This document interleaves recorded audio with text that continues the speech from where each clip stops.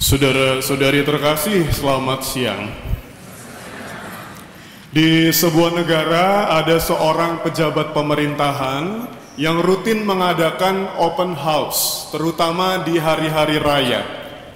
Banyak pejabat negara lainnya datang bersowan atau berkunjung silaturahmi ke rumah sang pejabat ini untuk meminta nasihat atau saran, terutama yang berkaitan dengan hal-hal politik. Juga banyak warga negara biasa, rakyat yang sekedar datang dalam open house tersebut untuk bersuah foto alias selfie dengan sang pejabat yang terhormat itu. Beberapa tahun setelahnya, open house itu tetap diadakan secara rutin, namun ternyata setiap kali diadakan, makanan yang disediakan selalu tersisa banyak sehingga menjadi mubazir. Rupanya tamunya menurun drastis. Kenapa? Karena pejabat ini sekarang sudah menjadi mantan pejabat, sudah tidak punya lagi posisi dalam pemerintahan. Saudara-saudari terkasih, inilah kecenderungan manusia. Ketika ada orang hebat, ketika ada orang yang punya power atau kuasa, maka akan banyak orang di sekitarnya mengelilingi dia, mengikuti dia, mendengarkan dia. Tetapi ketika kuasa itu, pengaruh itu sudah hilang, maka perlahan-lahan orang akan mundur. Istilah Jawanya itu mundur alon-alon, ya, perlahan-lahan meninggalkan dia karena mungkin dirasa sudah tidak ada lagi manfaat signifikan bagi hidupnya. Saudara-saudara, dalam ayat pertama Injil hari ini, Lukas 14 ayat 25, diceritakan bahwa banyak orang berduyun-duyun mengikuti Yesus dalam perjalanannya. Perjalanan yang dimaksud adalah perjalanan Yesus menuju ke kota Yerusalem, tempat di mana Yesus akan ditolak dan akhirnya dibunuh oleh orang-orang Yahudi. Di awal perjalanannya begitu banyak orang yang mengikuti Yesus. Kenapa? Karena dia masih tampak hebat. Kalau Yesus yang hebat diikuti, maka akan banyak orang yang bisa mengalami berkat dan mukjizat. Maka pengantar Injil Lukas ini mau membuat kita merenung dan melihat lebih jauh. Apakah orang-orang ini juga akan mengikuti Yesus sampai akhir? Dan pertanyaan ini juga boleh ditanyakan kepada diri kita masing-masing yang mengklaim diri sebagai orang Katolik, pengikut Yesus. Apakah saya akan mengikuti Yesus sampai akhir perjalanannya, atau di awal-awal saja ketika dia masih hebat? Jangan jawab pertanyaan ini sekarang, karena jawaban apapun yang akan kita berikan saat ini akan menjadi suatu kebohongan. Jawaban kita akan setia kepada Yesus sampai akhir atau tidak hanya bisa kita buktikan ketika kita mangkat alias meninggal. Apakah kita masih berstatus Katolik atau tidak? Jangan-jangan dalam perjalanan hidup kita, hanya karena kita ingin mencari pasangan yang mungkin non-Katolik, kita pindah agama. Mungkin karena ingin mengejar karir, karena mungkin kita merasa kalau menjadi orang Katolik itu susah untuk karirnya meningkat, maka kita meninggalkan Yesus. Maka sekali lagi saudara-saudari, pengantar Injil hari ini mau mengajak kita merenung. Apakah kita menjadi orang yang berduyun-duyun mengikuti Yesus sampai akhir, atau hanya di awal-awal saja? Dan dalam kaitannya dengan mengikuti Tuhan Yesus ini, saudara-saudari, mari kita merenungkan lebih jauh tentang perikop ini. Perikop Injil hari ini dari Lukas 14, 25 sampai 33 adalah kelanjutan dari Injil yang kita dengar dalam minggu sebelumnya. Ada dua perikop dijadikan satu, Lukas 14, 7 sampai 24. Kita masih ingat cerita yang kemarin ya? Semoga masih ingat. Kalau tidak ingat saya ulang sedikit. Jadi ada seorang raja. Raja ini adalah representasi atau simbol dari Allah. Raja mengadakan pesta perjamuan nikah. Lalu orang-orang diundang. Orang-orang yang diundang ini adalah bangsa Yahudi pilihan Tuhan dalam perjanjian lama. Tetapi mereka yang diundang tidak datang dengan berbagai macam alasan, sehingga sang raja merasa kesal, lalu menyuruh para hambanya untuk mengundang siapa saja yang ada di tengah jalan, bahkan termasuk orang-orang yang miskin, lumpuh, cacat, dan buta. Semua diundang untuk memenuhi ruangan pesta itu. Intinya saudara-saudari, yang akhirnya menerima keselamatan adalah mereka yang awalnya tidak diperuntukkan untuk itu. Nah saudara-saudari, mungkin kita kemudian bertanya, kalau yang bisa masuk ke pesta, atau dengan kata lain yang bisa masuk ke surga, adalah orang yang miskin, cacat, lumpuh, buta, apakah kita dengan sederhana bisa membuat diri kita saja seperti itu? Secara sengaja kita menjadi miskin, secara sengaja kita menusuk mata kita supaya buta, karena kata kitab suci ini syarat untuk masuk surga. Tentu saja tidak sesederhana itu saudara-saudari. Yang dimaksud oleh Yesus sebagai pakaian pesta yang harus dikenakan supaya orang bisa masuk ke dalam ruang pesta, itu adalah upaya-upaya untuk mengikuti Yesus. Jadi yang paling penting bukan kita ini menjadi miskin secara material atau berkekurangan secara fisik, tetapi yang bisa masuk surga adalah yang menggunakan pakaian pesta, artinya yang hidup berdasarkan petunjuk-petunjuk Yesus, hidup berdasarkan aturannya, dengan kata lain menjadi muridnya. Jadi yang menjadi murid Tuhan, inilah yang layak untuk masuk surga. Dan dalam kaitannya dengan ini, dalam Injil hari ini, Yesus memberikan kepada kita 3 syarat untuk menjadi murid Yesus. Yang pertama saudara-saudari, murid Yesus harus, ini sangat keras ya, membenci orang tuanya, sanak keluarga, kerabat, bahkan membenci nyawanya sendiri. Mungkin kita berpikir, waduh berat sekali ya jadi murid Yesus.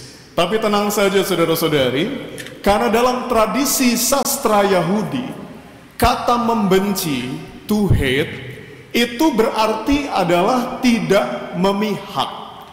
Jadi membenci itu bukan dalam artian marah sampai ingin balas dendam, tidak. Membenci dalam tradisi Yahudi sekali lagi berarti tidak memihak. Sama halnya dengan mengasihi. Mengasihi Allah berarti memihak Allah atau memprioritaskan Allah. Jadi kita tetap wajib untuk mencintai keluarga kita, orang tua kita, tapi tidak boleh memprioritaskan mereka lebih daripada Allah itu sendiri. Maka kita itu diajak untuk, dengan kata lain, menjadi netral saudara-saudari. Netral berarti kita ini tidak terikat dengan hubungan kekeluargaan atau relasi-relasi sosial yang lain yang membuat karya pelayanan kita atau dedikasi kita dalam suatu pekerjaan menjadi berkurang. Netralitas ini memang sangat penting saudara-saudari. Pada saat negeri kita akhir-akhir ini mengalami situasi krisis, banyak masalah, tentu kita sebagai warga negara menunggu statement-statement dari seorang, terutama para profesional, seorang atau banyak profesional yang mempunyai keahlian tapi juga tidak terikat atau terafiliasi dengan partai politik tertentu. Rasanya warga itu malas kalau mendengar statement dari politisi, karena mereka cenderung berpikir atau berbicara untuk membela partainya, untuk membela golongan tertentu. Kita butuh suatu statement dari orang yang netral untuk meredam kekacauan, untuk membuat suasana menjadi lebih sejuk, menjadi lebih harmonis. Kita butuh statement dari orang yang netral, yang tidak terikat dengan kelompok-kelompok tertentu. Karena ini cenderung nanti bisa jatuh kepada kolusi dan nepotisme. Sama halnya dengan menjadi murid Yesus, saudara-saudari. Yesus menyuruh kita untuk membenci sanak keluarga, saudara, dan lain-lain. Bahkan tidak mementingkan diri kita sendiri. Supaya pelayanan kita itu menjadi tulus, menjadi ikhlas. Bukannya kita melayani untuk mencari kepentingan sendiri, memperkaya keluarga, atau juga untuk mencari popularitas pribadi. Ini maksudnya, membenci itu. Lalu syarat kedua saudara-saudari adalah memikul salib dan mengikuti Yesus. Salib seringkali dimaknai sebagai suatu penderitaan. Memikul salib sebagai syarat menjadi murid Yesus. Bukan berarti kita itu mencari-cari penderitaan, sengaja menderita. Jangan ya saudara-saudari, hidup udah susah, jangan dibikin tambah susah. Sebetulnya salib itu sudah ada. Yesus sudah menunjukkan salib sejati, salib yang benar. Maka kita tidak usah lagi mencari-cari penderitaan dalam hidup ini. Hidup baik-baik saja, berusaha hidup senang saja, sudah selalu menderita. Ya, selalu ada penderitaan. Bahkan orang yang kita anggap hidupnya sempurna, bahagia, punya segala sesuatu, juga punya penderitaannya masing-masing. Jadi hidup saja biasa-biasa, tidak usah sengaja mencari penderitaan. Yesus sudah menunjukkan kepada kita penderitaan atau salib sejati. Salib sejati adalah salib yang punya daya penebusan, redemption. Salib sejati berarti kita menderita karena berkorban demi kebenaran. Kita menderita karena membela orang yang tidak bersalah. Itulah salib sejati. Kalau kita sakit perut karena kebanyakan makan tahu gejrot atau seblak terlalu pedas, maka penderitaan kita itu bukan salib, saudara-saudari. Itu adalah kebodohan, salah sendiri, ya kan? Karena kita tidak mengukur diri kita, tidak tahan pedas, kita makan yang pedas-pedas. Jadi salib itu adalah salib karena membela atau memperjuangkan kebenaran. Orang yang memikul salib seperti ini pantas menjadi murid Yesus. Lalu syarat ketiga, saudara-saudari, adalah melepas segala harta milik kita. Yesus menyuruh kita untuk melepas harta milik ini setelah dia mengungkapkan perumpamaan tentang orang yang membuat anggaran. Kalau kita ingin membuat suatu bangunan, buat anggarannya terlebih dahulu supaya pas. Jangan sampai, kata Yesus, ketika kita sudah memulai membangun, kita tidak bisa menyelesaikannya. Proyeknya jadi mangkrak, sehingga tetangga akan menertawakan kita lalu menggosip. Dia membuat tidak bisa menyelesaikannya, kasihan, ya kan? Jangan sampai kita digibahin oleh orang seperti itu karena tidak bisa menyelesaikan apa yang kita mulai. Maka Yesus menyuruh kita untuk membuat anggaran. Sama halnya dengan perumpamaan yang lain yang juga dijelaskannya setelah membuat anggaran, yakni membuat strategi tempur yang baik. Lihat dulu, kalau musuh kita punya tentara 20.000 orang, kita hanya 10.000, jangan kita nekat untuk melawan musuh. Mari kita atur saja strategi untuk berdamai supaya kita sendiri tidak menjadi hancur. Dua perumpamaan ini, saudara-saudari, intinya mengajak kita untuk membuat perencanaan yang matang di dalam hidup, untuk membuat anggaran di dalam pengeluaran-pengeluaran yang akan kita keluarkan. Ya, kenapa? Karena ketika kita membuat anggaran yang baik, sesuatu itu kita rencanakan dengan matang, biasanya akan selalu ada sisa atau kembalian dalam kas kita. Kalau segala sesuatu direncanakan dengan matang, itu biasanya ada uang lebih dalam kas kita. Nah, kelebihan inilah yang kata Yesus dalam syarat ketiga ini harus dilepaskan, saudara-saudari. Ini adalah juga kekasan dari perspektif Injil Lukas. Injil Lukas selalu menekankan kasih atau pemberian kepada orang miskin. Jadi kalau Yesus menyuruh kita untuk melepaskan harta benda, bukan berarti dibuang begitu saja, saudara-saudari. Jangan. Yang dimaksud oleh Lukas adalah kita melepaskan harta benda itu dengan mendistribusikannya atau mendonasikannya kepada orang-orang miskin atau yang membutuhkan. Inilah arti dari melepaskan harta benda. Jadi ditransfer kepada orang lain, bukan sekedar dibuang atau dibakar begitu saja.